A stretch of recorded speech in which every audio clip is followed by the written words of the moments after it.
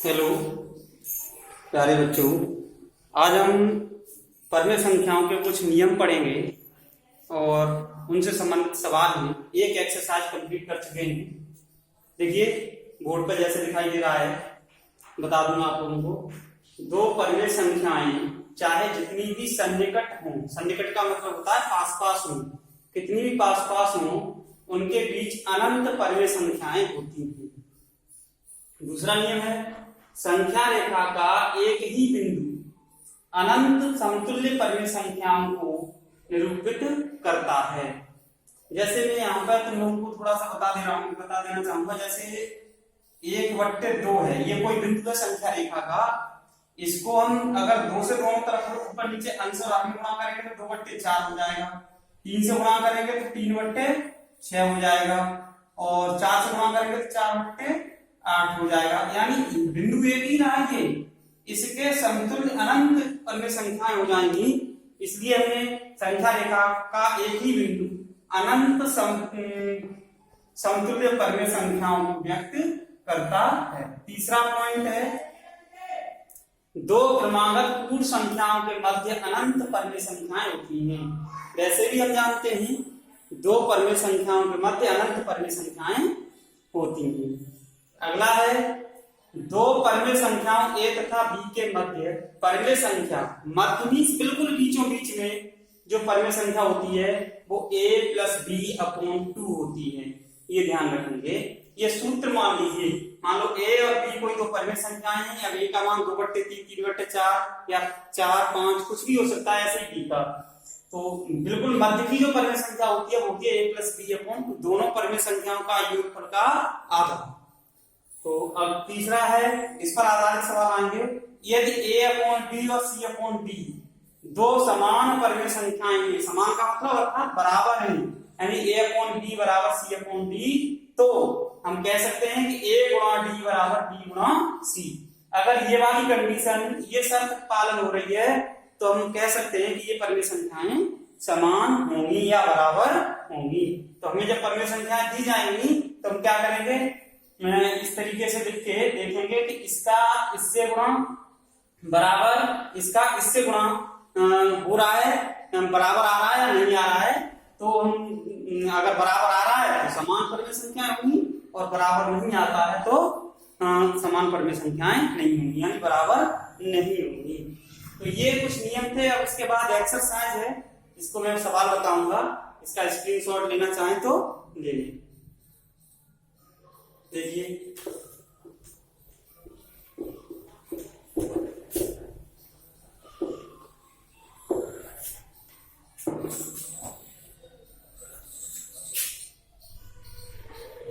अभ्यास 1B, और ये है प्रश्न नंबर 1। क्या दिया है, निम्नलिखित परिमेय संख्याओं को उनके सरलतम रूप में लिखिए।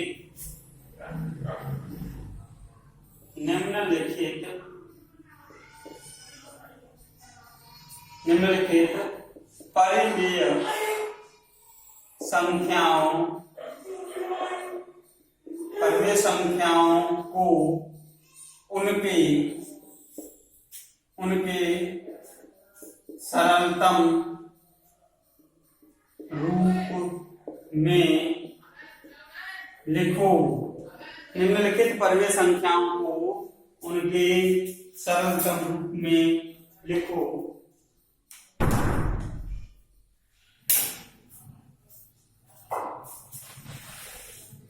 देखिए पहली क्या दी गई है, इसका काखंड है -8/10, खाखंड है 15/20,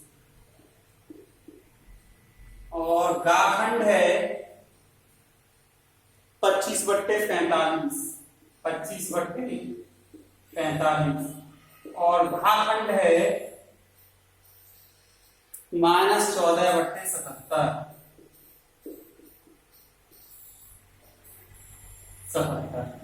तो देखिए इसका हल में का खंड बता रहा हूं। दी गई परिमेय संख्या क्या है हमारी -8/10। कई तरह के नियम हैं सरलतम रूप में लिखने को इनके लिए, लेकिन सिंपल सा नियम ये याद रखिए कि मैं वो पहले बताया था, इन दोनों का जो समापवर्तक होता है उससे अंश और हर को भाग ले लेते हैं। या सीधी सी भाषा में हम ये कहें कि ये अंश में और हर में जो संख्या दी गई है वो जिस संख्या से विभाजित हो रही है उस संख्या से दोनों को विभाजित कर दीजिए। उसके बाद अंश और हर आपस में सहभाज्य होने चाहिए, यानी अंश और हर में आपस में कोई भी कॉमन फैक्टर यानी कोई भी गुणनखंड नहीं बचना चाहिए जो कॉमन हो, दोनों में विभाजित नहीं होना चाहिए। तो हम देखिए इसको कैसे लिख सकते हैं। एक तो तरीका ये है कि इसका सरल रूप हम इसके छोटी संख्या से गुणनखंड करके ले जाएं, तो अलग भी करके देख सकते हो। जैसे 8 के गुणनखंड होते हैं, माइनस तो है ही ये 8 को लिख सकते हैं 2 गुणा 2 गुणा 2। अगर यहाँ पर नहीं कर पा रहे ऐसे करके दे दीजिए। 8 पहले कितने से कटेगा, 2 से 4 बार, फिर 2 से 2 बार, फिर 1 बार, तो 2 गुणा 2 गुणा 2, ऐसे इसके गुणनखंड हो गए। तो हम चाहें तो अलग करके देख सकते हैं। अब आई बात 10 की। अब 10 के गुणनखंड क्या होंगे, 2 गुणा 3 6 होता है, 2 गुणा 4 8 होता है, 2 गुणा 5, क्योंकि इसके अलावा इसके और कोई गुणनखंड है नहीं। अब इन दोनों में जो कॉमन गुणनखंड है उसे हटा दीजिए, ठीक है। कॉमन गुणनखंड है, इसको अलग करके भी देख सकते हैं, कोई दिक्कत नहीं है। गुणनखंड निकाल लें, उसके बाद लिख लें। अब उसके बाद जो बचा, ऊपर कितना बचा, 2 गुणा 2 माइनस का 4, और नीचे कितना बचा, 5। अब देखो अंश और हर दोनों कैसे हैं, सहअभाज्य हैं। 4 और 5 में कोई भी कॉमन गुणनखंड नहीं है, यानी 4 और 5 किसी एक ही संख्या से नहीं कटते हैं, इसलिए ये सहअभाज्य हो गए।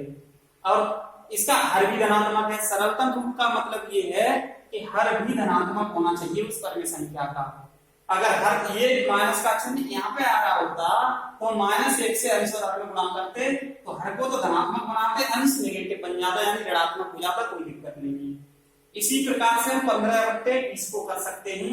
15 के गुणनखंड केवल 3 गुणा 5 होंगे और कोई गुणनखंड नहीं है, और 20 के गुणनखंड हो जाएंगे 2 गुणा 2 गुणा 5 और कोई गुणनखंड नहीं होंगे। तो इस तरीके से गुणनखंड करके हम जो दोनों में कॉमन गुणनखंड आए उसे काट देंगे और जो बचेगा उसको लिख दीजिए। ये सरलतम रूप है, सिंपल सी लैंग्वेज है ये।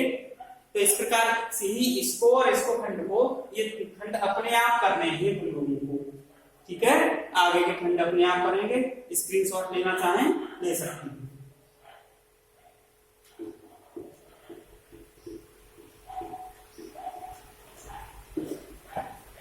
अगला सवाल है, प्रश्न नंबर है 2।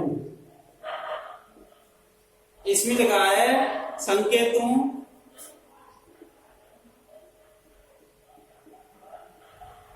बराबर और,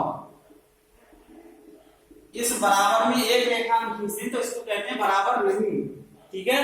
बराबर और बराबर नहीं में से चुनकर लिखो, चुनकर रिक्त स्थानों को भरिए, चुनकर रिक्त स्थानों को भरिए, रिक्त स्थानों को भरिए, ये है। तो इसका देखिए पहला पार्ट है काखंड बता रहा हूं मैं। काखंड में क्या दिया है, हल बता रहा हूं सीधे सीधे, या हल काखंड क्या है देखिए, -4/5 और बीच में खाली स्थान है ही। दूसरी संख्या दी गई है हमें -5/7, -5/7। अभी जो नियम बताए थे उसमें मैंने बताया था कि दो परिमेय संख्याएं a/b और c/d अगर ये बराबर है, यानी बीच में बराबर का चिन्ह आएगा, तो क्या कंडीशन होनी चाहिए, इसका a का d से गुणनफल, यानी तो a गुणा d बराबर b गुणा c होना चाहिए। यानी तो हम इसमें कैसे देखेंगे, इसमें हमें चिन्ह भरना है बराबर का या बराबर नहीं का। तो हम कैसे देखेंगे, देखिए जहां मान लीजिए हमें माइनस ये a अपॉन b क्या है, -4/5 है, और c अपॉन d क्या है, -5/7 है। तो हमें इसको ऐसे करके लिख देते हैं, इस पास हम -4/5 बराबर हमने मान लिया, या ऐसे कर लो, जहां -4 का गुणा कितने से करेंगे हम, 7 से, -4 गुणा 7 बराबर कितना आएगा ये, -28 आया, 7 चौक 28, -28 आया। तथा 5 का गुणा करेंगे -5 से, तो 5 गुणा -5 ये कितना आया, -25 आया। तो देखिए यहां पर क्या आया, देखिए -4 गुणा 7, अतः किसके बराबर नहीं है, हमें माइनस के 5 गुणा -5 के बराबर नहीं है, यानी इसका गुणनफल इसके बराबर और इसका गुणा इससे के बराबर नहीं है। तो -4 गुणा 7 ये आया, 5 गुणा -5 ये आया, तो ये दोनों बराबर तो है नहीं, ये -28 है, ये -25 है, तो ये दोनों संख्याएं बराबर नहीं। इसलिए ये जो कंडीशन थी a गुणा b बराबर b गुणा c वाली, ये इसका पालन नहीं हो रहा है, तो कौन सा चिन्ह आएगा, बराबर नहीं।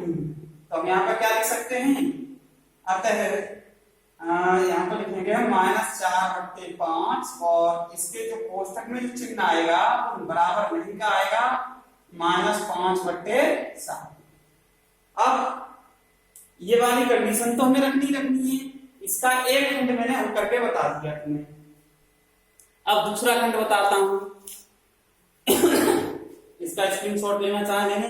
इसके और भी नियम है हल करने के, इन दोनों के हर को बराबर कर लिया जाए।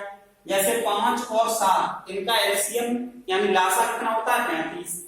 अब 35 इनका लासा होता है, तो 5 का 35 में भाग दें, 5 और 7 का एलसीएम कितना होगा, 35। 35 में 5 से भाग दोगे तो कितना आएगा, 7 बार। अब इसमें हमें गुणा करना है 7 का अंश और हर में, तो हर समान हो जाएंगे। यहाँ पर 5 का अंश और हर में गुणा कर देंगे, तो जब हर समान हो जाएंगे तो अंश देख लेते हैं, अगर अंश बराबर आ रहे हैं तो बराबर होंगी, और बराबर नहीं आ रहे हैं तो बराबर नहीं होंगी। दूसरा तरीका ये है, केवल मैं एक ही तरीका सिखा रहा हूं तुम्हें, ये वाला। अब दूसरा इसका खंड खा देखिए,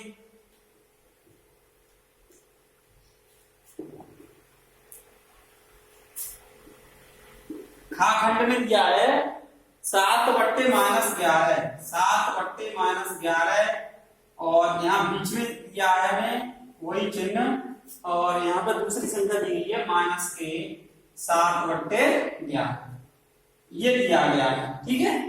अब हमें वही काम फिर करना है। मान लो ये क्या है हमारी a/b, और ये वाली क्या है c/d, तो ये a/b हो गया, ये c/d हो गया।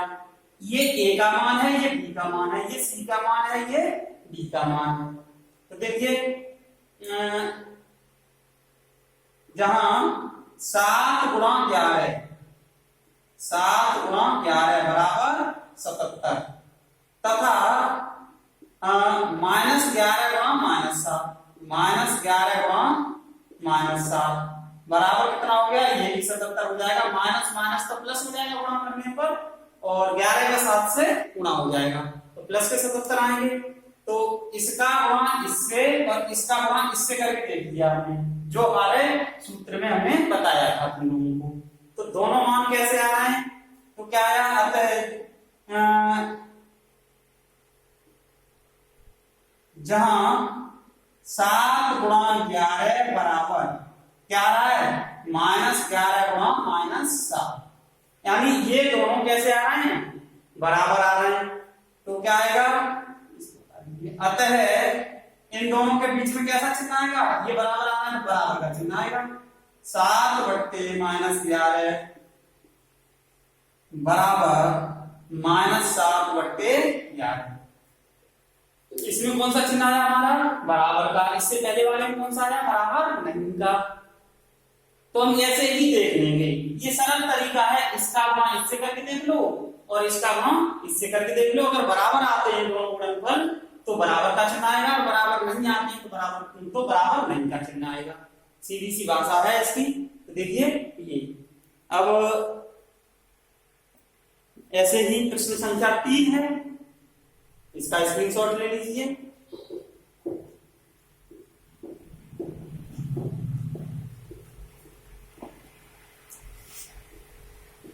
बिल्कुल इसी प्रकार का है प्रश्न संख्या 3। निम्नांकित परिमेय संख्याओं के जोड़ों में कौन कौन समान हैं?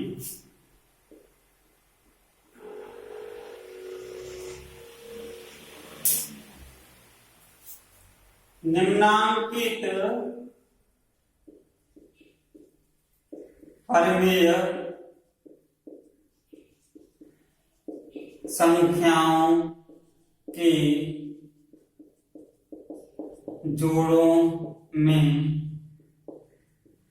कौन कौन समान हैं? ठीक है, तो देखिए कौन कौन समान हैं। इसका भी हल बता रहा हूं, डायरेक्ट का खंड है, हल्का खंड लिख नहीं रहा हूं, डायरेक्ट बता रहा हूं।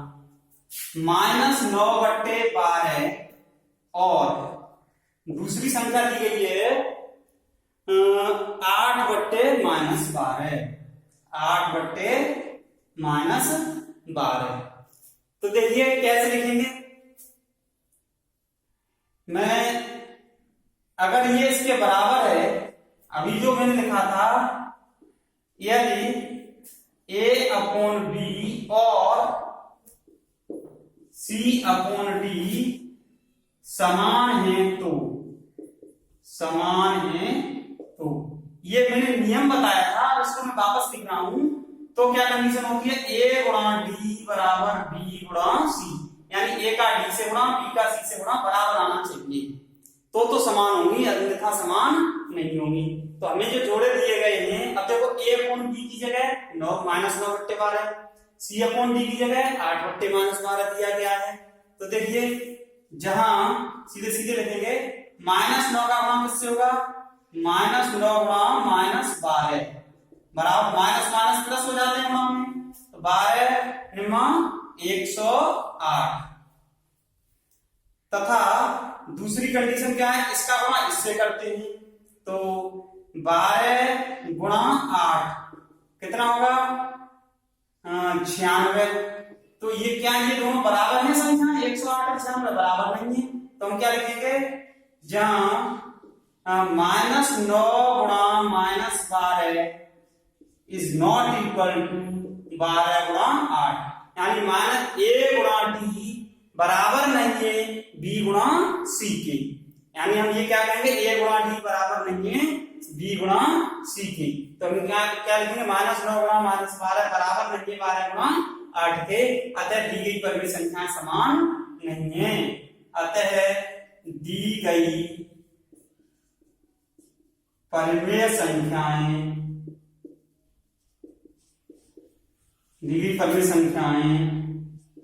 समान नहीं हैं।